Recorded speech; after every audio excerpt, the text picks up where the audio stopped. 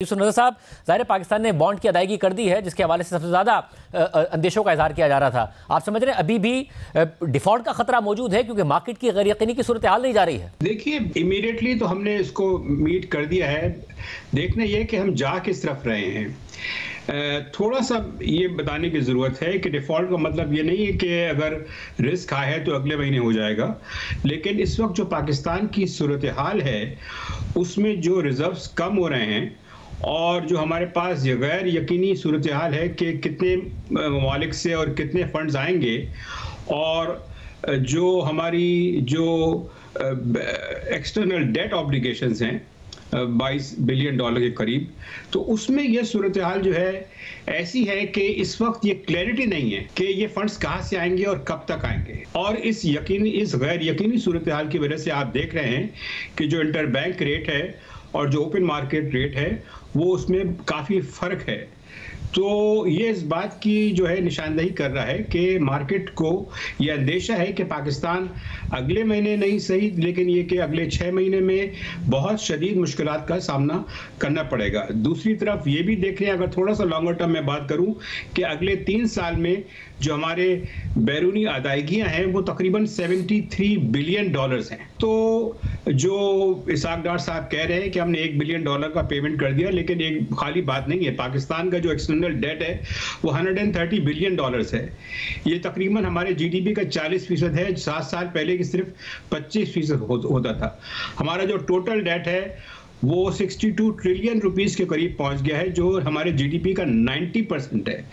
तो हमारे जो कर्जों की सूरत हाल है और जो अदायगियों का शेड्यूल है उसके लिहाज से मैं ये समझता हूँ कि ये ख़तरा जो है बहरहाल मौजूद है कि पाकिस्तान अपनी अदायगियाँ वक्त पर नहीं कर पाएगा। अब ये कब होता है इसका दारोमदार मैं समझता हूँ कि सिर्फ इस बात पे है कि हम कितने फंड्स मोबिलाइज कर सकते हैं। इसमें जो सबसे नेगेटिव डेवलपमेंट हुआ है वो ये है कि हमारे जो IMF से मुज़ाकरात हो रहे थे वो तातुल का शिकार हो गए हैं, और मैं समझता हूँ कि ये सबसे नेगेटिव बात है, क्योंकि IMF के साथ प्रॉब्लम्स का मतलब ये होता है कि दूसरे ममालिक भी अपना हाथ रोक सकते हैं। अकबर जहीर साहब, आप कहिएगा कि डिफ़ॉल्ट का ख़तरा आप देख रहे हैं अभी भी? मेरे ख्याल से डिफ़ॉल्ट तो होगा नहीं। ये खदशात हमारे अप्रैल से चल रहे हैं और ये लगता नहीं है।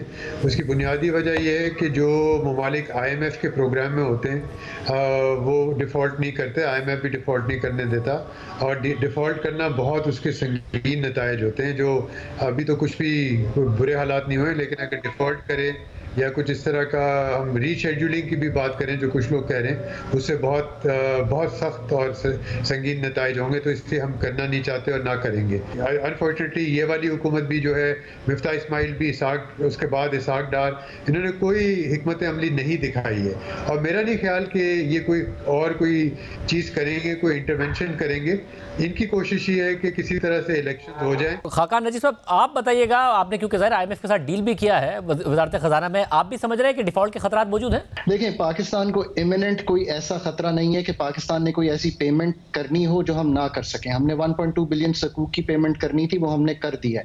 बट प्रॉब्लम ये आ रहा है कि पाकिस्तान का जो परसीव्ड डिफॉल्ट रिस्क है वो पाकिस्तान के इन्वेस्टर्स के लिए भी और दुनिया भर के लोगों के लिए भी बहुत हाई है। ये चीज हमारे लिए बहुत परेशान कौन है, इसको समझने की जरूरत है। एक्चुअली अथॉरिटीज भी इसको समझ नहीं पा रही, इसलिए वो इसको मीट नहीं कर पा रही। इस पाकिस्तान एक डॉलर लिक्विडिटी क्रंच में है, सो डॉलर्स की शॉर्टेज है, सो लोग समझते हैं कि एक परसीव्ड डिफॉल्ट का रिस्क है।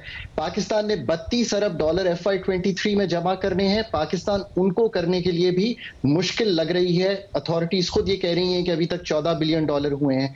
और तीसरी बात यह है कि पाकिस्तान के जो फॉरेन एक्सचेंज रिजर्व्स हैं वो $7 अरब से नीचे हैं इस वक्त, जो बमुश्किल 1 महीना 10 दिन की इंपोर्ट्स को कवर करते हैं। ये वो चीजें हैं जो परसीव्ड डिफॉल्ट रिस्क को बहुत हाई रखे हुए हैं, और all roads to meet this challenge lead to only one place, Shahzeb साहब, and that is called IMF। जो IMF का डिले है उसने इस परसीव्ड डिफॉल्ट रिस्क को हाई रखा हुआ है।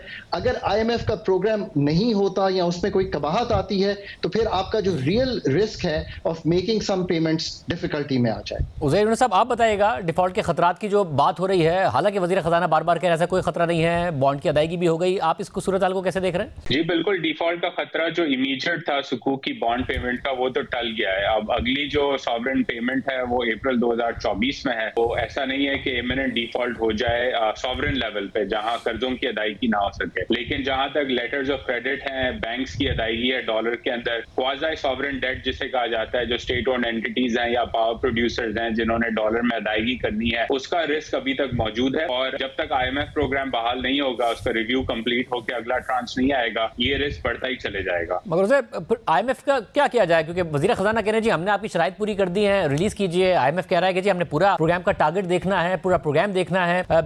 वजीर खजाना कह रहे हैं कि आई डोंट केयर, अगर आप नहीं आते तो ना आए, क्या किया जाए? जी शाजिद, देखें वो कहते हैं कि कभी कभार किसी की आंखों में आंखें डाल के ज्यादा घूरने लग जाए तो सामने वाला जो है वो नाराज हो जाता है। तो वही हुआ है डार साहब के साथ। रियलिटी ये है कि वो जिसे एबनॉर्मल बिहेवियर कह रहे हैं, एबनॉर्मल बिहेवियर उनके साथ 2013 से 16 तक हुआ था, जहां IMF ने छूट दे रखी थी। अब इस वक्त वो छूट नहीं दे रहे, वो कह रहे हैं जो आपने एग्रीमेंट्स की हैं, आप फिस्कल डेफिसिट पे काम करें, पावर सेक्टर पे काम करें, रिटेलर्स और टैक्सेस लगाएं रिटेलर्स और रियल एस्टेट के ऊपर। तो जब तक वो काम नहीं होगा, IMF जो वेवर्स जिसकी तलाश है डार साहब को, वो नहीं मिलेंगे। और जब तक IMF प्रोग्राम वापस बहाल नहीं होगा, उस वक्त तक जो बॉन्ड मार्केट है दुनिया की, उस पर एक्सेस टू डॉलर्स पाकिस्तान के लिए नामुमकिन रहेगा। यूसुफ साहब, आप कहिएगा कौन दुरुस्त है यहाँ पर और क्या करना चाहिए वजारत खजाना को फौरी तौर पर IMF की किस्त के लिए? देखिए, हमें तो जो सबसे बड़ा मसला है हमारे वो है कि वो उनको इतराज़ है कि हमारे रेवेन्यू जो है वो नहीं बढ़ रहे हैं और हमारा जो फिस्कल डेफिसिट है वो ज़्यादा है। लेकिन जो सबसे अहम बात यह है वो पॉलिसी लेवल पर मैं समझता हूं कि पाकिस्तान के पास इस वक्त जो प्रूडेंट वे होगा कि वो ये कि अपने तौर पे इनिशिएटिव लेके जो अपने कर्जों हैं, कर्जाजात है, उसकी रीशेड्यूलिंग के लिए बात करे। पाकिस्तान ये पहले भी कर चुका है, 1998 के बाद, फिर 2001 में 9/11 के बाद भी हुआ था, तो कोई ये नई बात तो नहीं होगी। और जब इतने ही भारी अदायगियां हैं और जब उसको पेमेंट करने का कोई वाज़ेह जो है रोड मैप नहीं है, तो बेहतर यही है कि हम रीशेड्यूलिंग की बात अभी करें। अगर नहीं करते हैं तो मुझे खदशा है कि सूरत हाल और खराब हो जाएगी। अकबर साहब, आप भी बताइएगा कि फिलहाल क्या IMF प्रोग्राम की फौरी तौर पर किस्त मिलना एतमाद की बहाली के लिए बहुत ज्यादा लाजमी है और मईशत के लिए? फौरी तौर पे तो करने चाहिए, लॉन्ग टर्म में IMF से दूर भागना चाहिए। और ये आज तो कह रहे हैं आई डोंट केयर, बड़े दबंग स्टाइल से इन्होंने कहा था। आप देखिएगा 1-1.5 महीने के बाद ये वहीं पहुंचे होंगे, उनके साथ IMF की टीम आ रही होगी और वही कर रहे होंगे जो IMF ने कहा है। जैसे मैंने कहा, इनको इलेक्शन जीतना है, कुछ स्टेबिलिटी लेके आनी है। इस माहौल में ये इलेक्शन जीत नहीं सकते और उन्होंने वो हालात पैदा करने जो IMF के साथ ही कर सकते हैं, उसके बगैर इस वक्त नहीं कर सकते और वो इलेक्शन की तरफ जाना है। इनकी इक्तिसादी पॉलिसी ये है कि इलेक्शन किस तरह जीतना चाहिए, इक्तिसादी पॉलिसी कोई नहीं है। खकाना जी साहब, आप कहिएगा आपने डील किया IMF के साथ, वो आगे के भी टारगेट्स की बात कर रहे हैं कि कुछ फंडामेंटल्स बदल गए हैं सैलाबों की वजह से, दुरुस्त बात कर रहे हैं? पाकिस्तान ने 22-23 प्रोग्राम किए हैं, एक ही प्रोग्राम कंप्लीट किया है। मैंने डार साहब के साथ ही बैठ के ये प्रोग्राम एंकर किया था फाइनेंस मिनिस्ट्री में। देखें, इसमें कोई शक की गुंजाइश नहीं है कि सितंबर तक के टारगेट्स जो हैं, चाहे वो इंडिकेटिव टारगेट्स हों, चाहे वो हमारे परफॉर्मेंस क्राइटेरिया हो, हमारे क्वांटिटेटिव टारगेट्स हों, वो हमने उनको दिखाने हैं। उनमें से कुछ मीट हुए हैं, कुछ नहीं मीट हुए और उस पर बातचीत होगी। बट एक चीज तब्दील हो गई है जो कि अथॉरिटीज को भी उस पर थोड़ा सा लीनियंट पॉइंट ऑफ व्यू लेना चाहिए। जो जून में अहदाफ तय हुए थे FY23 के IMF के साथ, जिस पे उन्होंने सारा प्रोग्राम बेस किया है, जब तक वो खत्म नहीं होता, वो सारे अहदाफ जो हैं वो तब्दील हो गए हैं बिकॉज आपको एक फ्लड हिट लगी है। और यहां मैं अथॉरिटीज को लीवे भी दे रहा हूं कि उनको थोड़ा टाइम लग रहा है ये करने का, बट इसका मतलब ये नहीं है कि हम उनके साथ ये डेटा शेयर ना करें।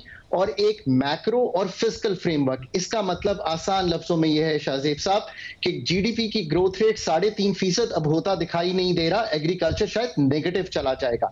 इन्फ्लेशन हमारी अथॉरिटीज ने भी अब एक्सेप्ट कर लिया है कि वो जो 18-19 का फिगर था एवरेज का, वो 22-23 पे चला जाएगा। इसी तरह बैलेंस ऑफ पेमेंट्स का जो चैलेंज है, करंट अकाउंट का जो खसारा है, वो भी तब्दील हो जाएगा। अब IMF के साथ बैठ के इनको तय करें। IMF को फॉरवर्ड लुकिंग जरूर देखना पड़ता है बिकॉज उन्होंने बेंचमार्क सेट करने हैं, परफॉर्मेंस क्राइटेरिया सेट करना है, नेट इंटरनेशनल रिजर्व्स का बेस सेट करना है। सो उनसे ये बैठकर तय कर लें। And what I hope is कि कोई टेक्निकल मिशन उनके साथ ये चीजें उनको एक फराहम कर दे and then come to an agreement. I think इस वक्त दोनों साइड्स को एक सेटल्ड मैक्रो और फिजिकल फ्रेमवर्क 2023 का बनाना पड़ेगा, उसके बगैर ये अहदाफ तय नहीं हो पाए।